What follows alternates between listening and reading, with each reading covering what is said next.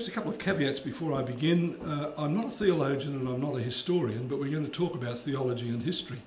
My special field, if you like, is pastoral theology or practical theology. In other words, I have done most of my study in the area of how does all this, biblical stuff, theological inquiry, historical experience, how does it all apply to what we're doing in the church today?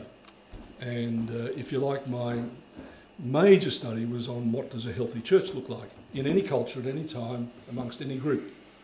We'll touch a little bit of that.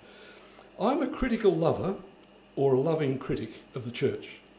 I'm not an uncritical lover, and I'm not an unloving critic, if you can get your mind around that. The church needs more critical lovers or loving critics. The church does not need uncritical lovers, and it doesn't need unloving critics. In other words, we bring our minds to examine how the church is meant to be functioning and how it compares with the stuff that has been given to us throughout history and back in the scriptures.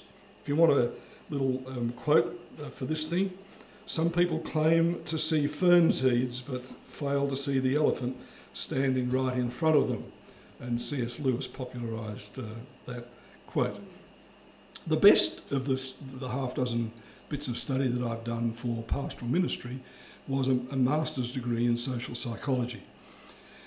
And if you look up Wikipedia and look up the name Everett Rogers, and by the way, the full text of all this, which is much more than I'll give you tonight, I'll just give you a few headlines, but the full text of all this will be on our John Mark Ministries website. I'll give you a piece of paper later where you can find that. The full text will be on there, and these URLs will be on there as well. Everett Rogers was a person, a sociologist, who spent his life asking about two questions.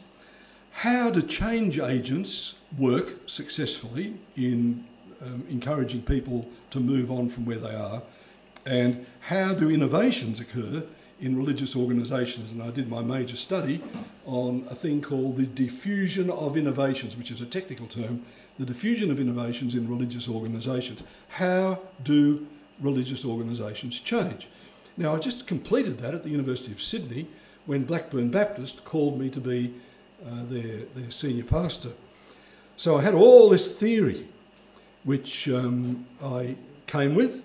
Some might call it baggage, and we put some things into practice and some things we failed at, but other things I think we were a little bit ahead of the pack.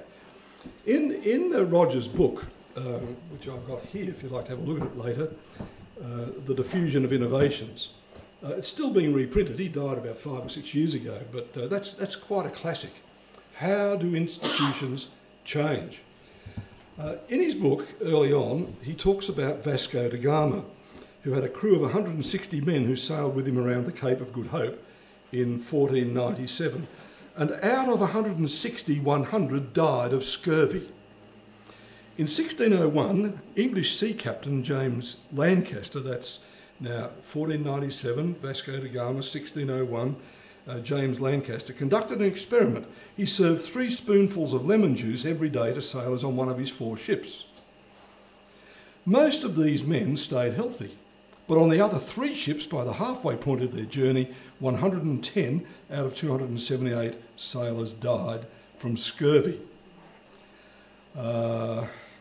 Then it was not until 1795, 200 years later, that the British Navy adopted this idea. And then it took another 70 years for the merchant marine to follow. The interesting question that Rogers asked, and that I'm asking, is why did it take 200 years after a controlled experiment proved that citrus juice saved human beings' lives? Why did it take 200 years for the British Navy and then another 70 years for the merchant Navy to, merchant marine to use this method of keeping sailors alive? Now, I don't know the answer to that question, and I've deliberately left it up in the air. You might like to use Google and research that.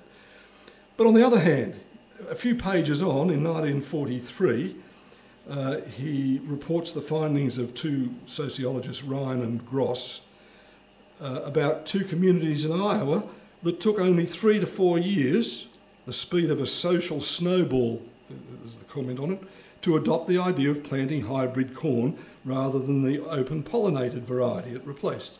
Now, why did it take them only 3 to 4 years to do that, when for millennia they'd sown this other open pollinated variety of corn? Well, the short answer is they made money out of this hybrid stuff, and that was a highly motivating reason for adopting it. Now, the cynic in me says, so if you're going to make money, that's very important. If you're going to lose thousands of sailors through scurvy, when we know what stops scurvy, that's not so vital, apparently. You've seen the movie Lincoln, and Abraham Lincoln spends his life as a president asking one question above all others: how do we unite North and South and solve the problem of slavery? And the 13th Amendment reads, neither slavery nor involuntary servitude, except as... Now, what's the exception? Does anyone remember what the exception is? Who are the only people that you're allowed to have as slaves? Listen. Neither slavery nor voluntary servitude, except as a punishment for crime, whereof the party shall have been duly convicted, shall exist within the United States or any place subject to their jurisdiction. In other words, if it's a criminal, they can be a slave, but not otherwise. And you know the result. More people were killed in the American Civil War than in the First World War, than Americans were killed in the First World War. It was a terrible thing. The slavery issue and the race issue, of course, are linked. And until fairly recently, Christians on both sides of the Atlantic called people with dark skins primates. Just sort of somewhere between humans and apes. In another part of my life, I was a wandering sort of prophet, John, amongst university students. For 3 years, the InterVarsity Fellowship paid me to wander around the universities, and I did missions and stirred a bit. And one of the little things we used to do on student house parties was to have a night where someone would convene the mob and suggest a question and ask everybody to move somewhere in the room to the right or to the left of where they stood on this particular controversial issue. We don't play those games very much anymore, and I've got a little theory about that. We can't cope very much with exploring differences, which I think is a real shame. Let me move on to another thing. I want you to imagine a bell curve. And the population, whatever population we're thinking about, and we'll have a couple of populations to put in a bell curve, is small at this end and small at that end and greater in the middle. I want you to think of a bell curve. Imagine a bell curve where on the left are radicals and on the right are traditionalists. And next to the radicals are your progressives, and next to the traditionalists are your conservatives. So you've got, from left to right, radicals, progressives, conservatives, traditionalists. You got that? All right. Radicals come in fairly small numbers because they bleed too much, and traditionalists come in fairly small numbers because they're often held up to ridicule, which human beings don't enjoy. Most people are conservative progressives or progressive conservatives or one or the other. Think about where you are on some of the issues as we go along. Radicals want to change just about everything. Traditionalists at the other end want to change nothing. Progressives, next to the radicals, want to change some things. The conservatives want to change just a few things, please, but not too many. Okay? Radicals will listen to, I'm going to get my left and right here. Radicals will listen to progressives and vice versa, but will rarely listen to conservatives and never listen to traditionalists. And the same the other way. Traditionalists will sometimes be persuaded by conservatives, rarely by progressives, and never by radicals. Okay? Now, if you're going to be a pastor of a group where there are people across that spectrum, from radical through progressive to conservative to traditionalist, where should you be positioned if you're going to pastor a group with all of those, sort of that range of opinion? And the answer is that if you're a radical about something that's important to the group, and you're leading a group where people have a conservative kind of tinge to their thinking, you're in for trouble. And if you're trying to pastor a group of traditionalists, like I was called to do in Canada, people who had not changed their mind that they could recall since the teenage years, then you're in trouble. Now, prophets are generally radical, or at least they're progressive. Priests are traditionalists, that's their job. The priest's job is to maintain the tradition, and the prophet's job is to challenge it, hopefully inspired by the Holy Spirit. If a pastor is too radical or too traditionalist, they'll be in trouble whatever the composition of the group. Okay? If you're one step ahead, you're called a leader. If you're 2 steps ahead, you're called a pioneer. If you're 3 steps ahead, you're called a martyr. And on your tombstone, it will read, "Killed by friendly fire." All right. That's by way of softening you up, and that's the introduction. I've got 3 parts to this, like every good preacher should have, about a sermon. This is not a sermon. It doesn't matter.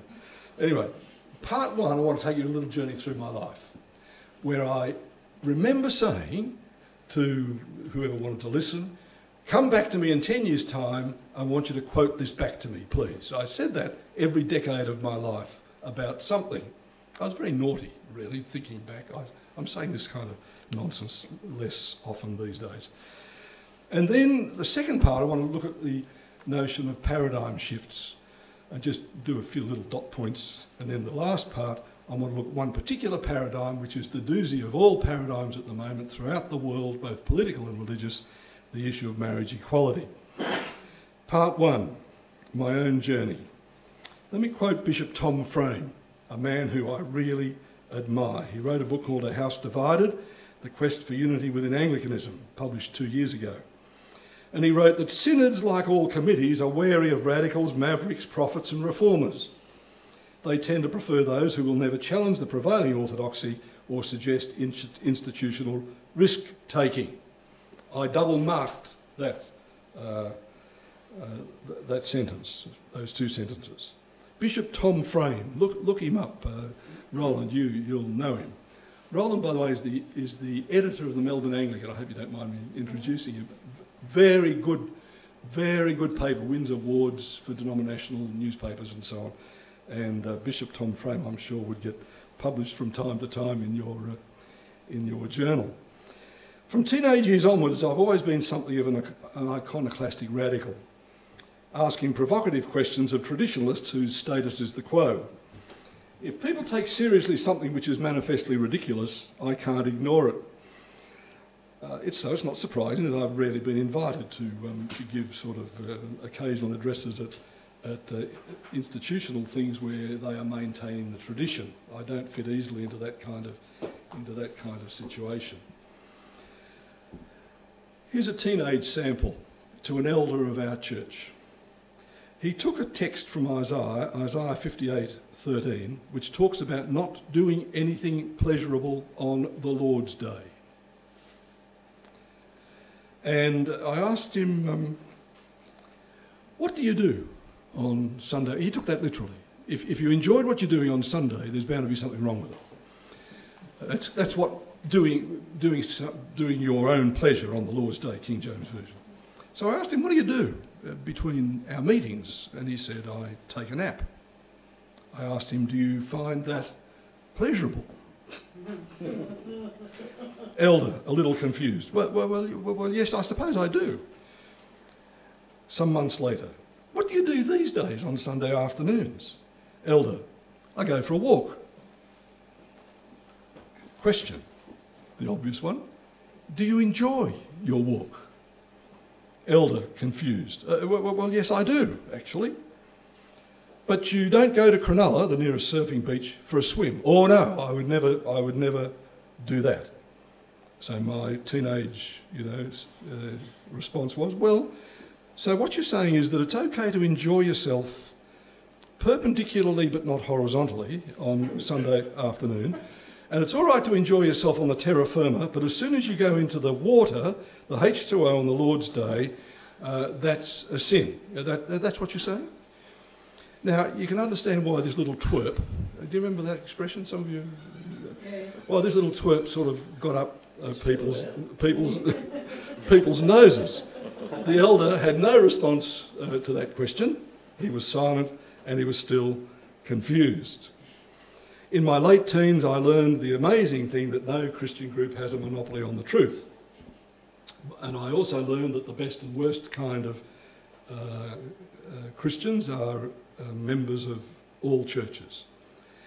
I also came to the conviction fairly early that women in ancient Judaism, who were regarded as property, the 10th commandment forbids coveting your neighbour's property, including his wife, that women actually were treated by Jesus with dignity and respect.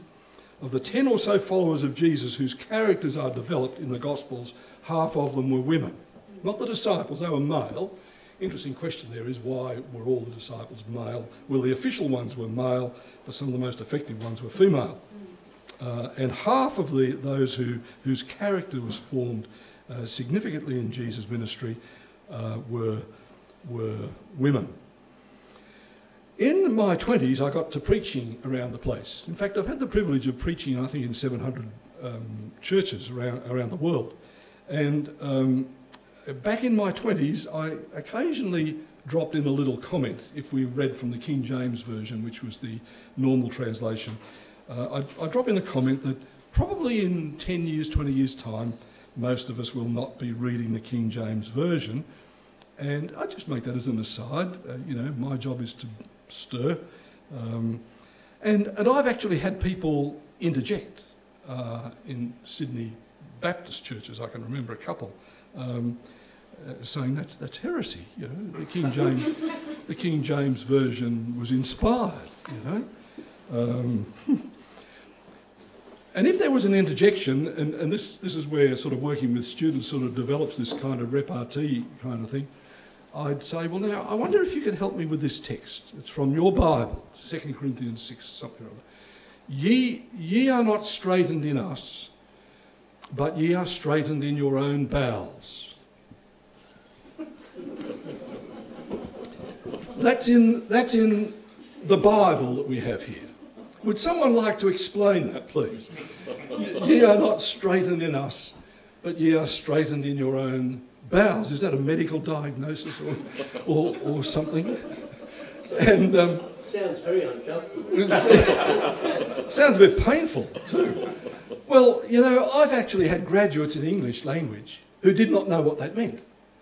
And yet it was in the version of the Bible when there were back then there were other translations coming out like Weymouth's and J.B. Phillips and so on. I had the radical idea that God actually wanted his word in Scripture to be understood, by people. Particularly if English was their second language or they were new Christians or whatever. So you can understand what kind of a problem I was to these traditionalists. I began to question things like biblical inerrancy. There are no mistakes in the Bible. Because I used to say, well, I don't read in the Bible that description of itself. And when I worked with the InterVarsity Fellowship, who had biblical inerrancy in their doctrinal basis, I said to Ian Bernard, the secretary, I'm sorry, I can't sign that. If you still want me, I'm happy to come on board. He said, yeah, we want you on board. Don't worry about that. Even though it wasn't called back then, I think, the Wesleyan quadrilateral, I was developing the idea that scripture and reason and tradition and experience all had to be balanced, and you had to develop some kind of hierarchy for those parts of our doctrinal understandings. I also started studying the notion of cognitive dissonance. Cognitive dissonance, I'll use some big words, but I hope I can explain them well. Cognitive dissonance is an idea that comes floating into your head and doesn't easily sit with the apparatus you've already got there. It sort of comes in and messes around with your head, you know. And cognitive dissonance is a real worry for many people. In fact, I've sometimes asked people, tell me when you last changed your mind. And some of them can't remember in all their adult life changing their mind about anything. You know, that might seem astonishing to some of you, but that actually happens, and I've met church leaders who can't remember ever changing their minds. They're in the bell curve, they're down towards the traditionalist end of the spectrum, but I find that very unsettling, really. They change their mind about their mode of transportation. They don't use a horse and buggy anymore, they use a car, but not about things to do with theology or life or philosophy or whatever. Let me tell you what we did at Narwee Baptist Church when I was pastor there for 4 years while I was doing the study. We had a lot of young people coming because they enjoyed all this stirring, I think, and we had too many because I was a part-time student pastor, and Jan and I got the idea that if we got the parents of some of these young people and others and the young people themselves on board, we might be able to raise money for an extra staff member to look after them, which we did. We called a full-time staff, a pastoral staff member, and at Blackburn Baptist Church we did the same for Robert Coleman. We raised his salary ahead of what the bean counters thought we were we should be doing, and Robert Coleman came on board for 1 year, and then our theory was that if a person like Robert would attract people to the church and they'd bring their money with them. Now, that idea of living by faith, that idea of reaching out ahead of where the financial people say you should be, seems to me to be a fairly ordinary kind of thing for Christians who trust God to do. The corporate just shall live by faith. In my 30s, I got into this thing about what causes people to change their mind. And this good man gave me the answer. There are 7 factors involved in changing your mind. One is persuasibility, which is topic-free, media-free and IQ-free. In other words, some people are more persuasible than others. Group norms. What does my group believe? The role of gatekeepers, opinion leaders, people who know what they're talking about. The 4th one is source credibility. Not only do they know what they're talking about, but do I trust them? Role-playing. The sects have got onto this, and when someone becomes a Christian, they are encouraged to give their testimony. Remember that? And giving your testimony means saying to the group what has happened to you, and that actually reinforces what's happened to you when you put it into words with the group that you want to belong to. Role-playing, they call it. Monopoly propaganda is another factor. The communists and fascists and some capitalists know the value of withholding information. I'll come to an example of that in a minute. And predispositions. If something happens in your life which softens you up for a new idea, that can be fairly significant for some people. And here's where I begin to do some study on institutions. All institutions are inherently degenerative, says Robert Merton, a sociologist. They tend to accrue power instead of giving it away, and they exist at the mercy of petty bureaucrats. The greatest problem in the church, structurally and in terms of ministry, is clericalism.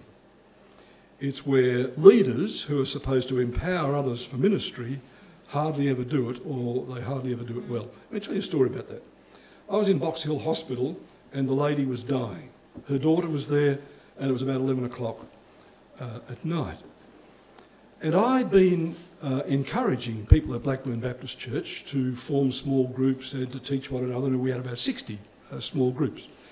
And my role, I felt, was to encourage the leaders who then will be pastors, teachers, carers of others. And the Sunday congregations were 3 services of small groups coming together. And I was at 11 o'clock at Box Hill Hospital. The lady was going to die within a few hours, the nurses told me, and I had an aha experience. I asked myself, what am I doing here when we have elders in our church who are, and we've been training and talking, and some of them have been with me on visiting people in hospitals and so on. So I phoned the chairman of elders and asked would he be willing to phone around to the other elders, some of them might have been asleep, but wake them up, and would they like to come for just 1 hour each and sit with the mother and daughter through the night.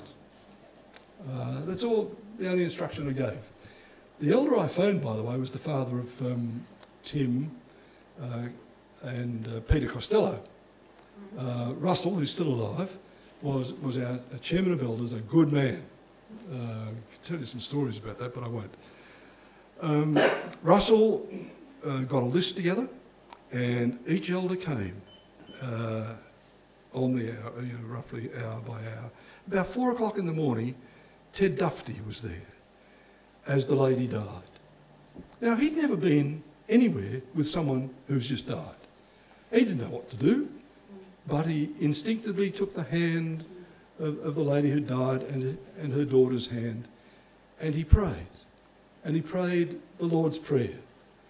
And I met Ted, before he passed away, I met him in several places, and he's still lit up when we talk about that experience of being with someone as they entered the presence of God and being the one to bless the young lady who was grieving. Now, we pastors have that kind of experience all the time, but we deny our people often that kind of experience most of the time. I'll come to that again in a little while. I went to Blackburn Baptist with the odd idea that churches were odd because they're about the only institution where someone can get up and make a speech and you don't ask questions. No educational institution does that. No political rally, well, they might, I don't know, but public meetings, if someone gets up and raves on about something, you can ask them questions. But not in church. So what we used to do at Blackburn Baptist is what we'll do here in a few minutes. We had wandering microphones and people could ask any question they like, and crowds used to come because we had a lot of fun, as you can imagine. One of the other burning issues that I went to Blackburn Baptist with was that we ought to honour people wherever they are along the bell curve in terms of their theology and experience. Let me give an example. In the 1970s, charismatic renewal hit the churches, and it hit our church. We had lots of people who were baptised in the Spirit and spoke in tongues and used to lay hands on one another and so on. But we had some charisphobiacs as well as charismaniacs. We had them at both ends, but we loved them. And one memorable night, the 7 preaching pastors gave about 3 or 4 minutes each their reactions to charismatic renewal, ranging from a fairly positive approach to charismatic renewal by Robert Coleman and a somewhat negative approach by Tom Keat, who was a more progressive, if you like, pastor theologically. We had that whole range on our pastoral team. There's a lot more I could say about that, but I'll just let that drop. 2 other things about churches that I learned in this decade. Worship means 7 things in the Bible and in the Hebrew Christian tradition. There are 7 ways to worship. Not 1, but 7. Let me list them if they come to mind. There's the worship of the temple, which is the worship of a high and holy God. There's a lot of silence in that kind of worship. There's worship in the desert, eremitical worship, which is solitary worship of the living God. All the great religious leaders in the Bible spent a disproportionate amount of their lives in deserts. All of them. If they didn't have a desert, there was a den of lions. It was a place without a mobile phone, where you're on your own with the rocks or the lions or whatever. There's a synagogue, and the model there is different. Again, it's a teaching place. They read the scriptures and they comment on it. There's a home group, which is mentioned in both the Old and the New Testaments. There's charismatic worship, where you get all excited and you dance en route to Jerusalem for the festival or whatever. And there's worship, which is service, same word in Greek, and there's worship, which is all of life, Romans 12, 1 and 2. Now, when the Psalm 103 says that I will bless the Lord, O my soul, and all that is within me, I will bless his holy name, the only way to relate to the living God with all that is within you is to worship in each of those 7 ways. Somewhere, sometime, regularly. Solitude, home group, temple, synagogue, and so on. Because you see, each of those modes of worship is a different part of me relating to, in a different way, to who God is for me. Charismatic worship, by the way, is the little child in me relating to my heavenly parent and getting all excited about that. Charismatics, Pentecostals and so on, they go crazy, you know, they dance around and they make lots of noise and they're like children. And that's a very beautiful thing. They're in touch with the child in them. Now, I've spoken to lots of Pentecostal churches and to their conferences of pastors, and I suggest that is good, but they also need to get in touch with their mind. You know, and also, it's not a bad idea for Pentecostals to shut up sometimes, to be silent. So all of these sort of different modes of worship are different ways of relating to the living God. And if they're all there in the Hebrew Christian tradition, in the scriptures, it seems to me they're there for a purpose. I don't know whether I'm off the ball there, but you might like to help me. Mission involves 3 dimensions, or 4 sometimes.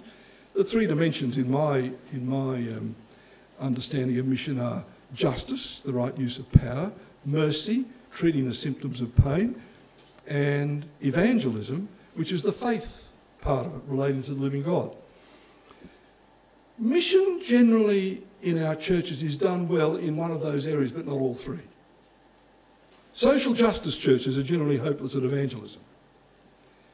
Evangelical churches, I went right through my childhood in my evangelical church and never heard a sermon on social justice. Not one. But the Bible's full of it. You know. Justice, mercy, faith. Jesus says to the Pharisees, quoting from Micah, they're what you're on the planet to do. Those 3. By the way, in the Matthew 23, Luke 11 diatribe against the Pharisees, justice comes first. It's interesting that Jesus does that. There's a whole sermon there, but I won't get into that. In my 40s, I learned two things. Paradox and ambiguity are beautiful things. You don't have to have everything neatly tied up. You don't have to tick all the boxes. Right? Live with a bit of ambiguity, it won't hurt you. My thoughts are not your thoughts. They're beyond our thoughts, says God. The other thing I learned in my 40s, to my shame, is that, as Steve Biddulph says, men who spend more than 50 hours a week pursuing their vocation will never make good fathers. And I live, and I've said this publicly, and I've written about it, I've got a book on it. Our eldest 2 children suffered because of my busyness during those exciting years. In my 50s, I learned that clergy are a wounded lot. We've talked about that. There are now 12,000 ex-pastors in Australia. I learned in my 50s too that every person who has some resource to help someone or a group on the margins ought to use that resource and ought to be able to name what they do with it. Now, what I've done, and Jan with me for 15 years, has helped someone called Dawn Rowan, who got ripped off by the South Australian government and by the federal government. And if you look up Dawn Rowan online, you'll read an amazing story about that, which I can't develop now. In my 60s, we're getting close, in my 60s, only 15 years ago, 10 to 15 years ago, I learned that the Old and New Testaments have nothing to say about homosexuality as an orientation. No one knew about that as an orientation back then. And they have nothing to say about the possibility of a faithful, committed relationship between two gay or lesbian people who happen to be born with and I, who was born with a heterosexual orientation, how can I deny them the rich benefits that I've enjoyed in 53 plus years of marriage? I'll come to that in a little while. In my 70s, I'm still bemoaning the fact that pastors and leaders are not committed to empowering others for ministry. Most of the verbalising in most of the churches happens by those who've got their revs up, who are, quote, ordained. By the way, that's a silly word to use to describe people like a few of us who have Rev in front of our name, which I never use except in official stuff. Every Christian is ordained to ministry. They're ordained at their baptism. The pastor is ordained to a ministry of leadership and only to a ministry of leadership, plus some other stuff, but that's the only thing that's not negotiable for a pastoral leader. Every other aspect of ministry is given away. Then I've got a quote from a guy called Paul R. Smith, and the full article's on our website, and you can chase that up. A couple other quick things. The best way to run a church is not with committees. The best way to run a church is to have small discipleship groups that have responsibilities, who relate together as persons rather than as institutional objects. Running churches with committees is a way to rob churches of their health. I wish I had time to develop that, but you might like to question me on that. We emphasise individual initiatives, and we have a high trust system, and we don't define ourselves by our heritage, we define ourselves by our vision, and so on. Another fact of our time is that young people in particular are leaving the church in droves, and we ought to be worried about that. But that's enough of that. That's my journey. A couple of quick things about paradigm shifts. Are you okay? Are you comfortable there? Have a little wriggle or stand up or something. I don't mind if you do that.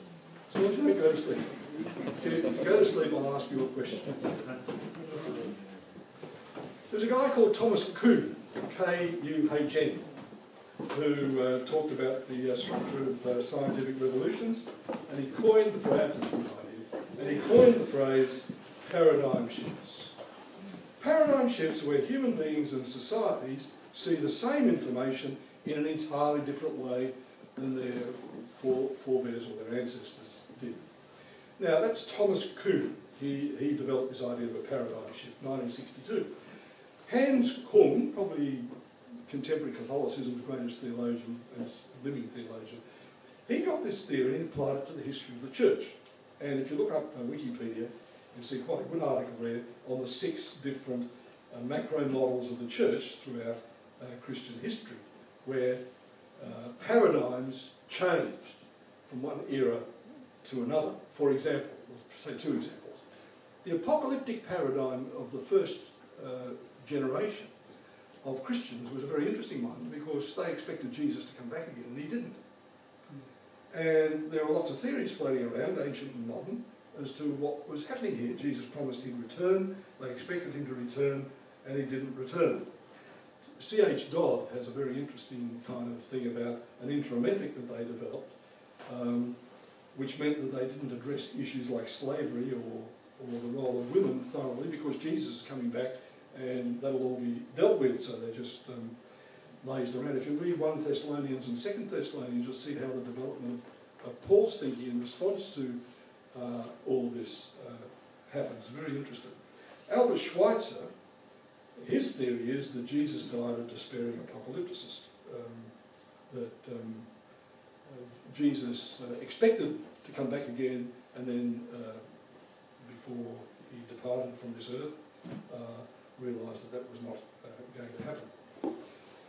I think a more important issue in the early church was the dealing with their Jewish roots, circumcision and so on, but not only that, lots of other stuff. And Peter and Paul, the two out front leaders, both had a dramatic experience to change their thinking. Paul on the Damascus Road, Peter with his vision on his way to Cornelius. As a true blue Jew, he would be defiled by touching the stuff in Cornelius' home, and God had to re-educate him, right, in terms of what the law, what's happened to the law since the coming of Jesus. Fast forward 1,000, 1,500, 1,400 years, we have a very interesting situation where two great people, Galileo and Copernicus, overthrew the whole of the ancient idea that the Earth is the centre of everything. You know, the three-decker universe and all that. And Galileo and Copernicus tossed out the Ptolemaic and Aristotelian astronomy theory and got into trouble. Galileo was eventually forgiven, as one wag put it. Interestingly, it was only fairly recently that the Pope gave the Sun permission to be the centre of the solar system. That was Pope John Paul II on November the 4th, 1992, when the Church finally admitted that Galileo was actually right and the Church was wrong. Right? The most magnificent story of a paradigm shift within the Catholic Church, which is led by people who claim to be infallible. Let me tell you a story. When I was wandering around as a stirrer with students, let me tell you a story of the most amazing paradigm shift that happened right in front of me with a Teachers College student in Kendall Park, Teachers College in Brisbane. This girl was a Mormon. She was about 18 or 19. And she was trying to convert me to the Mormon faith, and she mentioned in passing that they've measured the size of God. And I thought, oh, that's interesting. And I asked, how do they do that? Well, she said, it's simple. In the Old Testament, it talks about God walking on the mountains. Now, the Mormon God is a physical male God. And if God can walk on the mountains, the question has to be asked, well, which mountains are we talking about? And the answer is the parallel ranges of Judea. And what some mathematicians did, Mormon mathematicians, they went over there and measured the distance between these parallel ranges and figured out with a bit of trigonometry how big God would have to be able to walk on these parallel ranges. And they actually figured it out. And I said to her, so you believe that God is so high and is like an adult male? She said, yeah. I said, if you drew a picture of him, you wouldn't draw the picture with wings. Oh no, he's a male. But I said, the Bible says that God has wings. And he hides us under his feathers. And you know what? That poor girl went white. She had never factored that in to her image of God. She still believed what she was told when she was impressionable, but had never had it challenged. And I felt sorry for her, you know, in that moment. It's a paradigm shift that sort of happens right in front of you. Let me move to the last. And there's the Protestant Reformation and that stuff. That's a huge paradigm shift. Part 3, let's talk about marriage equality, and I won't be getting into this too much, but just a couple of general things. And I want to begin by saying this, and I need you to hear me. And if you're watching this on YouTube, make sure you've got this, right? Oh, yeah. We begin any discussion when we're in the middle of a paradigm shift, a change in thinking, which is happening according to an article that Martin Marty, the doyen of public historians, produced about a month ago. He said the change in thinking in the public arena and in the churches on marriage equality is happening faster than any other major paradigm shift in history. It's actually, quoting somebody else, it's actually happening at whitewater speed. And just a week ago, I saw a statistic that the majority of Americans now are in favour of marriage equality. That's all Americans. Young Americans have been in favour of it as a majority for quite a number of years. Now, the first thing I want to say is that when you're in the middle of a paradigm shift that's fraught, when it has to do with sexuality, when it has to do with the authority of the Bible as we understand it, when it has to do with intimate behaviour and something as sacred as marriage, when you're in the middle of it, the way to behave is with great respect to the people who are on some other point along the bell curve. And unfortunately, people at the radical end and people at the traditionalist end are not exercising enough respect for others who are on the journey. Occasionally, for my sins and for my humility, I Google, it's called ego Googling, I Google myself on the ABC. And the ABC sent a team to Melbourne some years back, 2004, I think it was, to interview me about gay and lesbian issues. And I asked them, why have you come from Sydney to talk to me? And they said, we can't find anybody in Sydney who calls themselves an evangelical, who believes what you believe, and are friendly, actually friendly, to gay and lesbian people. You know, if you can tell us who they are, it'll save us a plane fare next time.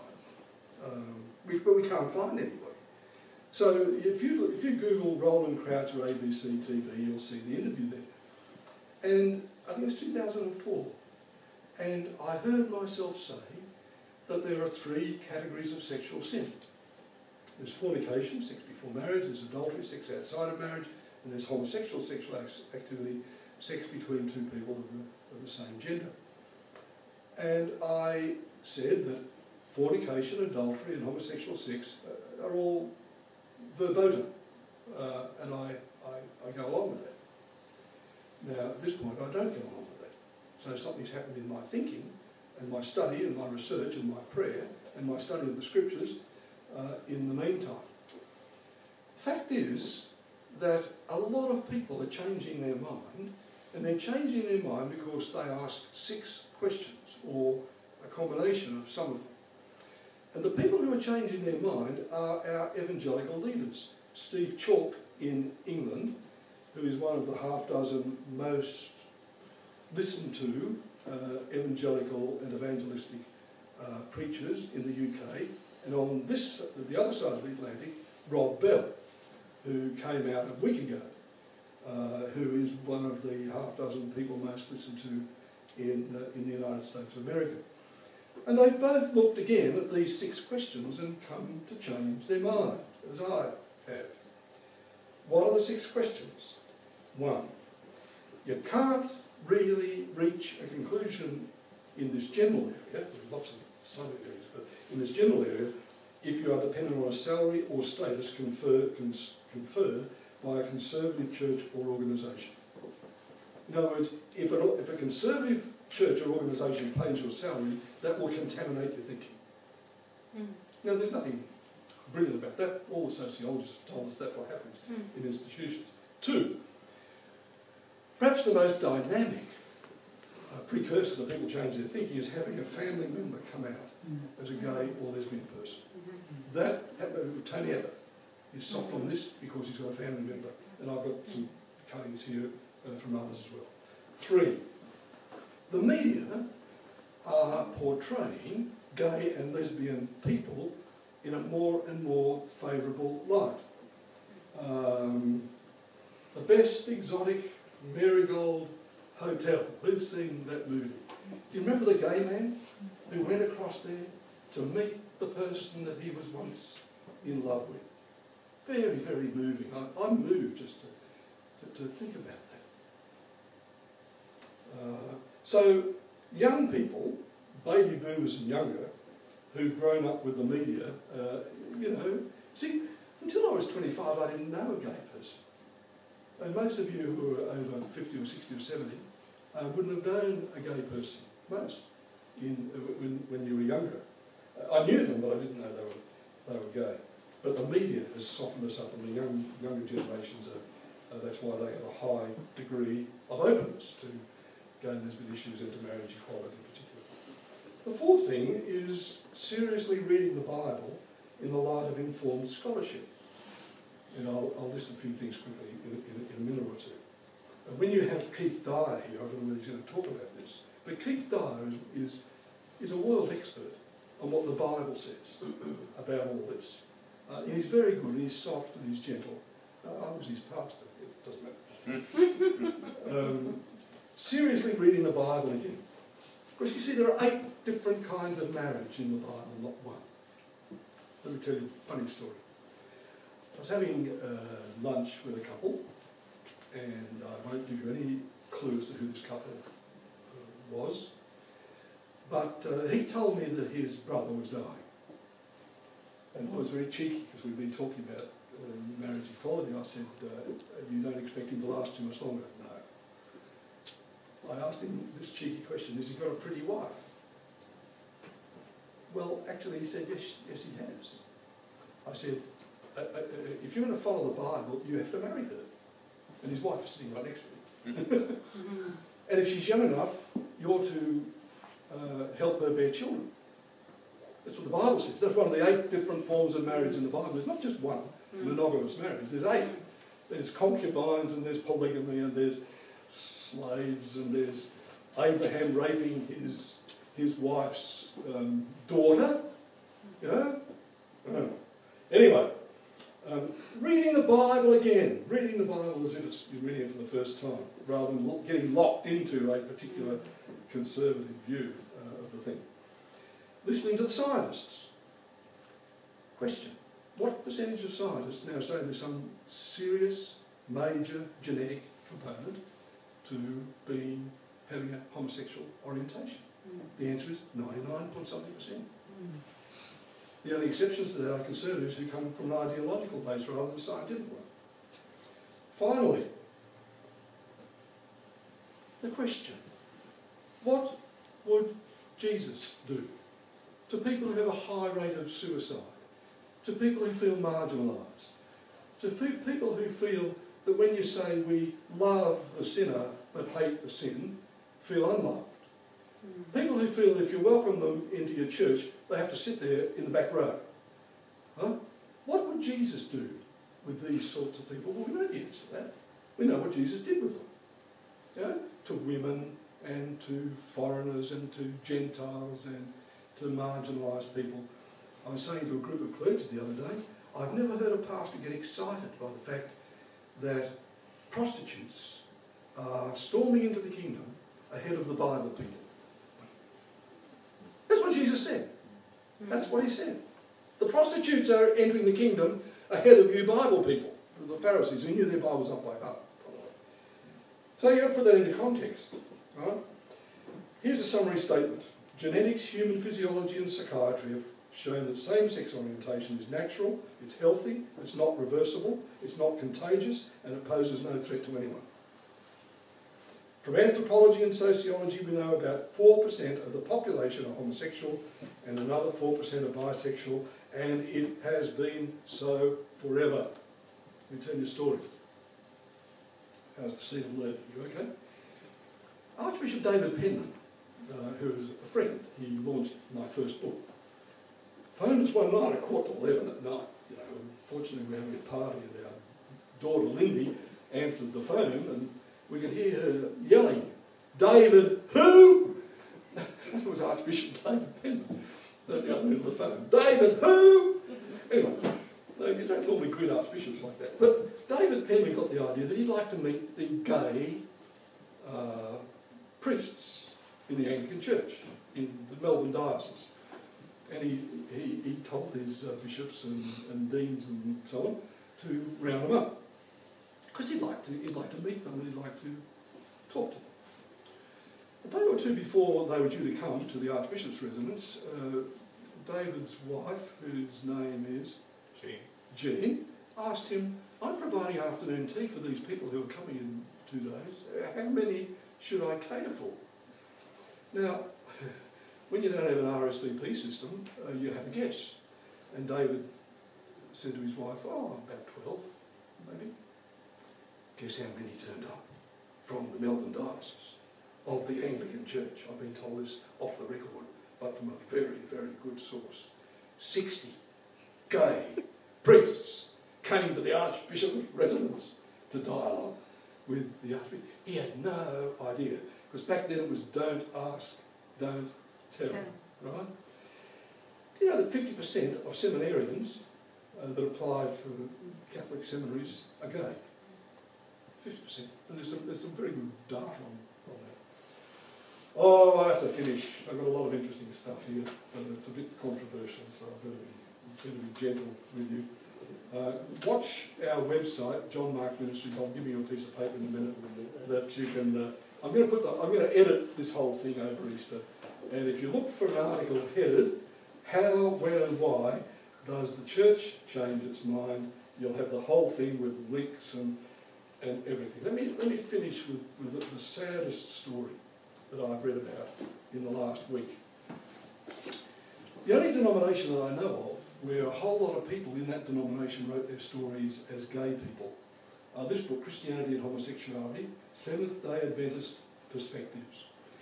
There's a story in here that really, really was very sad.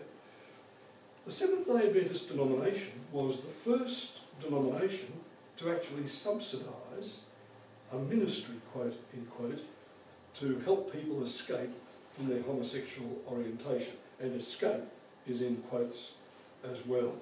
They actually subsidised the ministry by a guy called Colin Cook.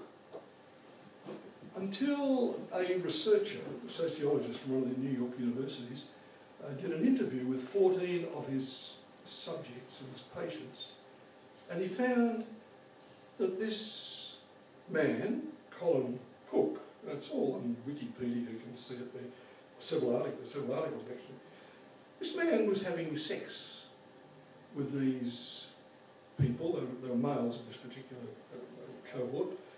He was having sex with them to desensitise them, so that they would give up their homosexual, their same-sex gay orientation. He'd set up the whole ministry and was married to his wife, who eventually divorced him, and then he was in trouble because he had no credibility to his ministry then, so he asked his female research assistant to find another wife, please, so that he could marry her and have some credibility in this ministry where he had sex with these people. He used to do nude massages and all this sort of stuff. And for years, the Seventh-day Adventist denomination subsidised this thing because they were committed to the idea that if two passages of Leviticus and Romans 1 in particular says that people who have sex with the same gendered person as they are, that's an abomination. And they took that literally.